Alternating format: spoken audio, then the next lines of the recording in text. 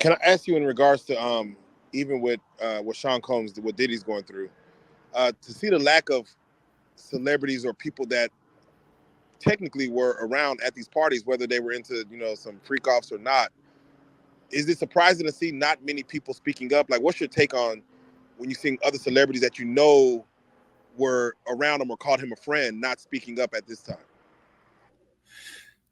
Well, I think that's to be expected, because that the industry, they like you when you're hot. They don't mess with you when they're cold. So I'm not really surprised by nobody coming out and speaking out to his defense, because with all the victims that are coming forward, how could you really? Because the hip hop community, as you guys know, will come together for a cause. We'll come together to, fight the power and to fight for what is right. But, people are just seeing too much evidence, too many victims, too much stuff to really be like, okay, nothing happened here. Right. There's just too much. Well, did you ever run into Farnsworth Bentley while dealing with Diddy? I never did. No, he was, I dealt with Diddy. Like, this is up until 2021 with the Notorious Big Estate. Oh, okay. So I think he was gone.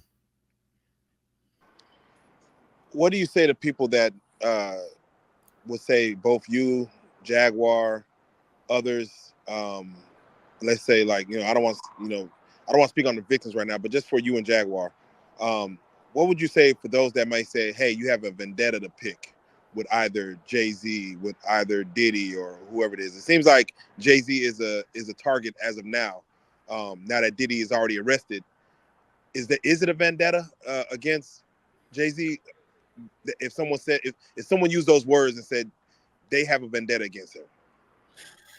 Well, for sure, it's a vendetta. It's a vendetta for to speak for the people who can't speak, for the victims who can't say anything, who are scared, who are living in fear, who have been traumatized. So I don't know if vendetta is the right word. I'm definitely angry about it, and I definitely am just not gonna not say anything. Like, when I started speaking out, I didn't know it would turn into so much. And I didn't know that it would turn into so many people reaching out to me, offering support and encouragement and talking to their stories and sharing their pain and sharing their trauma. So now it's deeper than that, because now I feel responsibility and an accountability for all these people that have been wronged by these celebrities.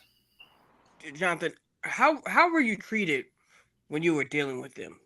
Diddy and Jay-Z, how were you treated by them? I was treated I was treated good. It was just, it's all fake love, right? Like, Jay-Z never paid. Diddy always did, and especially dealing with, like, the Notorious Big Estate and CJ Wallace, they never complained about that. Like, Diddy was always seemed to be pretty generous with coming through on his word. Jay-Z, from my dealings with him, he doesn't. He's like a slow payer type person, so, I don't really know. But now I know that they're upset, right? Because people are coming to speak out. And let's be honest, Jay-Z and Beyonce, they're starting to fall off, and there's a chink in their armor, and people like us are just going forward because finally something penetrated through No Diddy that we are able to go after Jay and bring Jay down and have him face justice. Because we couldn't have done this a year ago. We couldn't have done this before they had Diddy in custody and before, the investigation started and everything else. It showed that they weren't above the law anymore. You know what I mean? So people have came together, and people are rallying together. And yeah, there's several people talking, but that's amongst a whole bunch of people that are coming to us.